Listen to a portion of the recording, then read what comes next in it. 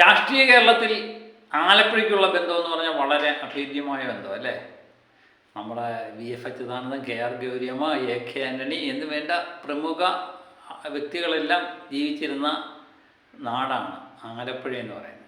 ആലപ്പുഴ ഇടതുപക്ഷത്തിൻ്റെ ഒരു കോട്ടയാണ്. പുന്നപ്ര വര സമരം എന്ന് കേൾക്കുമ്പോൾ തന്നെ സിരകളിൽ രക്തം തിളയ്ക്കും. ആ ആലപ്പുഴ എപ്പോഴും ഇടതുപക്ഷത്തെ അനുകൂലമായി ചിന്തിച്ചിട്ടുള്ള ഒരു സ്ഥലം തന്നെയാണ്. കണ്ണൂരിനേക്കാൾ കൂടുതൽ എനിക്ക് തോന്നുന്നു ഇടതുപക്ഷ മണ്ണുള്ള മണ്ഡലം ആലപ്പുഴയും കൊല്ലവും ഒക്കെ തന്നെയാണ്. ഈ ആലപ്പുഴ കഴിഞ്ഞ പ്രാവശ്യം UDF 9-ൽ 1 സീറ്റ് മാത്രമേ കിട്ടിയുള്ളൂ. അതും രമേശ് ചെന്നിത്തല നിന്നുകൊണ്ട് മാത്രമാണ് അരിപ്പാട് കിട്ടിയത്. ബാക്കി 8 സീറ്റും ഇടതുപക്ഷം തൂത്തുവാരിയായിരുന്നു.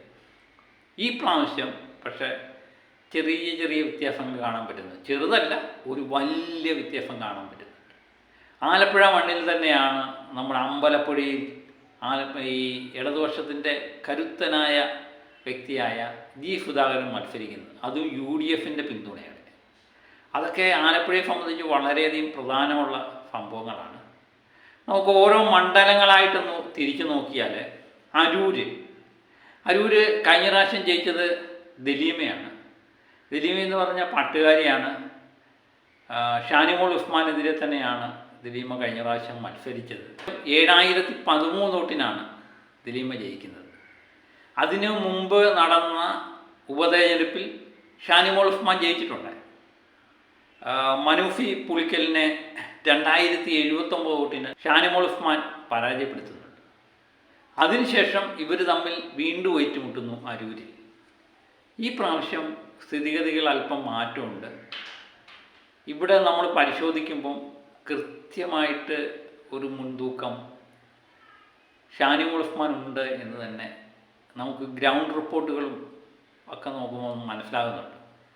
ഈ പ്രാവശ്യം അരൂര് ഇടതുപക്ഷത്തിൻ്റെ നഷ്ടപ്പെടാനുള്ള സാധ്യത വളരെ കൂടുതലാണ്. മറ്റൊരു മണ്ഡലമാണ് ചേർത്തല. എക്കാലത്തും ചേർത്തല എന്ന് പറയുന്നത് നമുക്ക് ഇടതുപക്ഷത്തിൻ്റെ മണ്ണായിട്ട് കാണാവുന്ന ഒരു മണ്ഡലമാണ്. കഴിഞ്ഞ പ്രാവശ്യം പ്രസാദ് വിജയിച്ചു. അദ്ദേഹം കൃഷി വകുപ്പ് മന്ത്രിയായി. Prasad advocate F. ശരത്തിനെ 6143 വോട്ടിനാണ് തോൽപ്പിച്ചത്.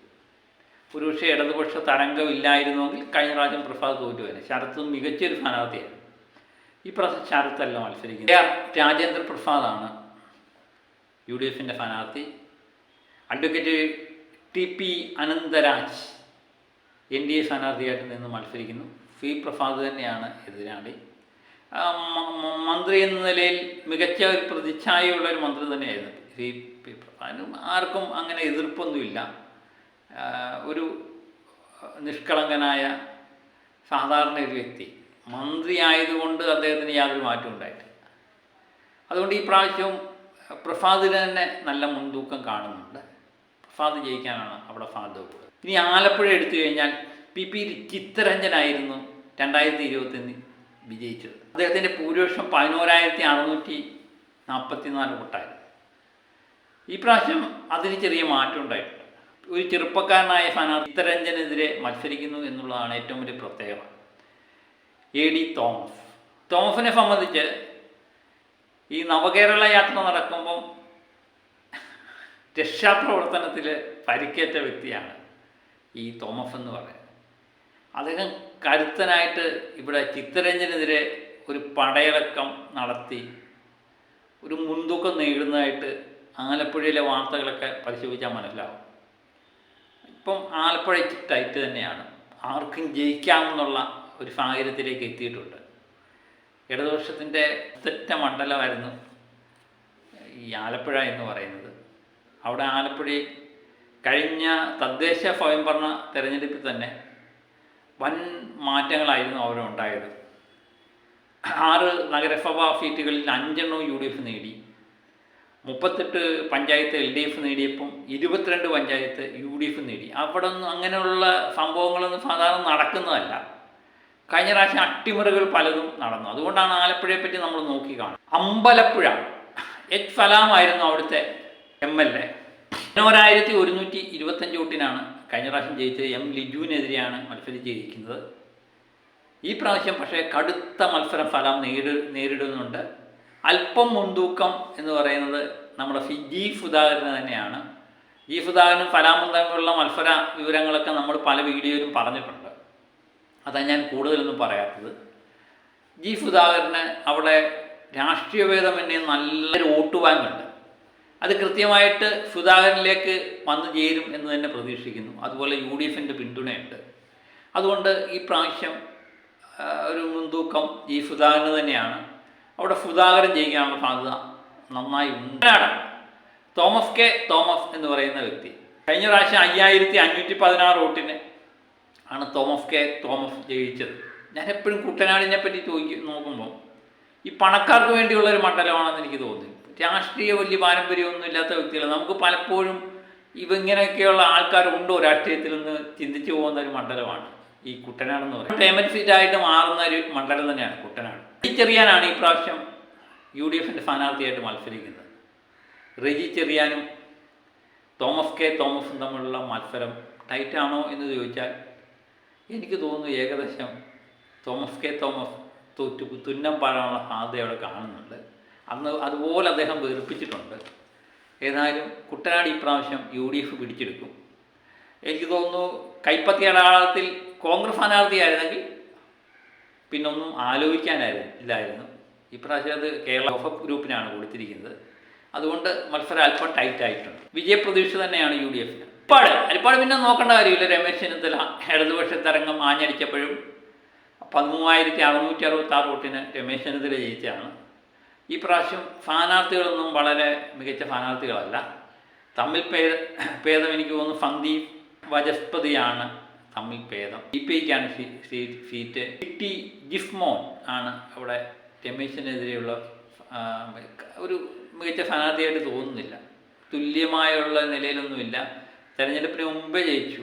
എനിക്ക് തോന്നുന്നു 2ാം സ്ഥാനത്തിലേക്ക് BJPയും ഇടതുപക്ഷവും തമ്മിലുള്ള ഒരു ഫൈറ്റ് അവിടെ നടക്കുമെന്ന് തോന്നുന്നു. ചിലപ്പം BJP അവിടെ 2ാം സ്ഥാനത്ത് വന്നാൽ പോലും അത്ഭുതപ്പെടാനില്ല. ആ രീതിയിലുള്ള ഫൈറ്റാണ്. ഒരു തന്നെ നേരത്തെ തെരഞ്ഞെടുപ്പിന് മുമ്പ് തന്നെ എഴുതി തള്ളിയൊരു മണ്ഡലമാണ്. അതുകൊണ്ട് ഫലത്തെപ്പറ്റി നമുക്ക് പ്രത്യേകിച്ചൊന്നും പറയാനില്ല. പിന്നെ കായംകുളം പ്രതിഭയായിരുന്നു കഴിഞ്ഞ പ്രാവശ്യം നിയമസഭയിലെത്തിയത്. കഴിഞ്ഞ പ്രാവശ്യം 2 തവണ കൊണ്ട് അവർ തന്നെയാണ് മത്സരിച്ച് ജയിക്കുന്നത്. ഏകദേശം 6298 വോട്ടിനാണ് കഴിഞ്ഞ പ്രാവശ്യം ജയിച്ചത്. അതുകൊണ്ട് അല്പം മടുപ്പ് ജനങ്ങൾക്കുണ്ട് എന്ന് തോന്നുന്നു. ഒരു മികച്ച സ്ഥാനാർത്ഥി തന്നെയാണ് കിട്ടിയിരിക്കുന്നത്. എം ലിച്ചു.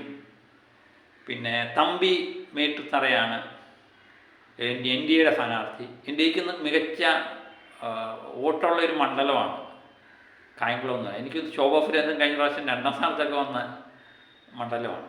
അതുകൊണ്ട് BJPയുടെ വോട്ടുണ്ട്. എന്നാലും ഒരു മികച്ച സ്ഥാനാർത്ഥിയെ നിർത്താമായിരുന്നു തോന്നുന്നു. രണ്ടുപേരും കൂടെ ശക്തമായ പോരാട്ടം നടക്കുന്നുണ്ട്. ആർക്ക് വേണമെങ്കിൽ ജയിക്കാവുന്ന ഘട്ടം തന്നെയാണ് കായംകുളത്ത് നമുക്ക് കാണാൻ പറ്റും. മാവേലിക്കര എനിക്ക് തോന്നുന്നു അരിപ്പാട് പോലെ തന്നെ നമുക്ക് പറയാൻ പറ്റുന്നൊരു മണ്ഡലമാണ്. അരുൺകുമാറാണ് അവിടുത്തെ സ്ഥാനാർത്ഥി. കഴിഞ്ഞ പ്രാവശ്യം 24,717 വോട്ട് അരുൺകുമാർ നേടിയായിരുന്നു. ഒരു മികച്ച MLA തന്നെയായിരുന്നു. മാവേലിക്കരക്കാർക്ക് പരിചിതനായ വ്യക്തിയാണ് അരുൺകുമാർ. UDFൻ്റെ മുത്താര രാജു അതൊരു യുവരക്തമാണ്. അജിമോനാണ് NDAയുടെ സ്ഥാനാർത്ഥി. NDAയ്ക്ക് ശക്തമായ പിന്തുണയുള്ളൊരു മണ്ഡലമാണ് മാവേലിക്കര. ടൈറ്റ് മത്സരമാണ് എന്ന് എനിക്ക് പറയാൻ പറ്റുന്നില്ല. കാരണം അരുൺകുമാറിന് തന്നെയാണ് അവിടെ വ്യക്തമായ മുൻതൂക്കമുണ്ട്. അതുകൊണ്ട് LDF ഈ മണ്ഡലം പിടിച്ചെടുക്കുക നിലനിർത്താനാണ് സാധ്യത കൂടുതൽ. പിന്നെ ചെങ്ങന്നൂർ 9ാമത്തെ മണ്ഡലം ചെങ്ങന്നൂർ നമ്മുടെ മന്ത്രി സജി ചെറിയാൻ മത്സരിക്കുന്ന മണ്ഡലമാണ്. കഴിഞ്ഞ ഇലക്ഷൻ കാലത്ത് ഏറ്റവും കൂടുതൽ ഭൂരിപക്ഷം കിട്ടിയ ആലപ്പുഴയുടെ മണ്ഡലമാണ്. ഏകദേശം 30,093 വോട്ടോളം കഴിഞ്ഞ പ്രാവശ്യം സജി ചെറിയാൻ നേടിയിരുന്നു ഭൂരിപക്ഷമായിട്ട്. ഇപ്രാവശ്യം സജി ചെറിയാന് അനുകൂലമായ സംഗതി തന്നെയാണ്. AB കുര്യാക്കോഫാണ് UDFൻ്റെ സ്ഥാനാർത്ഥി. ഗോപകുമാറാണ് NDAയുടെ സ്ഥാനാർത്ഥി. NDAയ്ക്കും വ്യക്തമായ വോട്ട് ബാങ്കുള്ളൊരു ഇതിനൊരു രസകരമായ സംഗതിയുണ്ട്. സന്ദീപ് വനസ്പതി എന്ന് പറയുന്ന വ്യക്തി അരിപ്പാട് നിൽക്കുന്ന ആളിനെ സംബന്ധിച്ച് പുള്ളി ചെങ്ങന്നൂർ നല്ല പ്രവർത്തനം കാഴ്ചവെച്ചുകൊണ്ടിരിക്കുകയാണ്. ഈ പ്രാവശ്യത്തെ ഇലക്ഷനിൽ ചെങ്ങന്നൂർ എങ്ങനെ നിന്ന് മത്സരിക്കുക? കാരണം ബി ജെ പിക്ക് മികച്ച വോട്ട് ബാങ്കുള്ള ഒരു മണ്ഡലമാണ്. അപ്പോൾ ശക്തമായ പോരാട്ടം അവിടെ പ്രതീക്ഷിച്ചിരുന്നപ്പോഴാണ് ഓർക്കാപ്പുറത്ത് സന്ദീപ് വനസ്പതിയെ അരിപ്പാട്ടോട് കൊണ്ടുവരുന്നത്. അവിടെ ഗോപകുമാറിന് ചെങ്ങന്നൂർ സീറ്റ് കിട്ടുകയും. എനിക്ക് തോന്നുന്നു ചെങ്ങന്നൂർ എന്ന് പറയുന്ന ഇന്ത്യയുടെ ഒരു എ ക്ലാസ് മണ്ഡലം എന്നൊക്കെ പറയും, ഇനിയും ഉയർന്നു വരാൻ പറ്റുന്നൊരു മണ്ഡലമായിട്ട് വരുന്ന ഒരു മണ്ഡലമാണ് ചെങ്ങന്നൂർ. മികച്ച ബി ജെ പി വോട്ടുള്ള അവിടെ ഈ പ്രാവശ്യം എനിക്ക് തോന്നുന്നു ബി ജെ പി പഴയ വോട്ട് പിടിക്കാനുള്ള സാധ്യതയില്ല. ആ വോട്ട് ഒരുപക്ഷെ നിലനിർത്താനുള്ള സാധ്യത വളരെ കുറവാണ്. ആ വോട്ട് എങ്ങോട്ട് മാറുന്നു എന്നതിനെ ആശ്രയിച്ചായിരിക്കാം പല പ്രഖ്യാപനം. എന്നാലും നമ്മുടെ ഫജി ചെറിയാനെ തന്നെ മികച്ച ബിന്ദുക്കളുള്ള ഒരു മണ്ഡലം തന്നെയാണ് ചെങ്ങന്നൂർ. അങ്ങനെയെങ്കിൽ അരിപ്പാട്, കുട്ടനാട്, അരൂർ UDF പിടിച്ചെടുക്കാനും, ചെങ്ങന്നൂർ, മാവേലിക്കര, ചേർത്തല LDF നിലനിർത്താനും, ആലപ്പുഴ, കായംകുളം, അമ്പലപ്പുഴ ഒരു ടൈറ്റ് ഫൈറ്റിലേക്ക് നീങ്ങാനും അവിടെ ആർക്ക് വേണമെങ്കിലും ജയിക്കാമെന്നുള്ള സാഹചര്യം ഉരുത്തിരിഞ്ഞിട്ടുണ്ട്. എന്നാലും അമ്പലപ്പുഴയിൽ വ്യക്തമായിട്ട് സുധാകരനൊരു മുൻതൂക്കമുണ്ട്. കായംകുളത്തും ആലപ്പുഴയും നമുക്ക് പ്രവചിക്കാൻ പറ്റാത്ത രീതി ആർക്ക് വേണമെങ്കിൽ ജയിക്കാം. ഇതൊക്കെ തന്നെയാണ് ആലപ്പുഴയുടെ സ്ഥിതി. ഏതായാലും ഒരു കാര്യം ഉറപ്പാണ്, 2021 UDF നേടിയ സീറ്റ് 1 കൂടുതലുള്ള സീറ്റ് നേടാനുള്ള സാധ്യതയുണ്ട്. അത് പക്ഷേ 5 or 8 ആയി കൂടാനും സാധ്യത കാണുന്നുണ്ട് ഇപ്രാവശ്യത്തെ ഇലക്ഷൻ. അതുകൊണ്ട് കാത്തിരുന്ന് കാണാം. അപ്പോൾ മറ്റൊരു വീഡിയോയുമായിട്ട് വീണ്ടും ഞാൻ എത്തും വരെ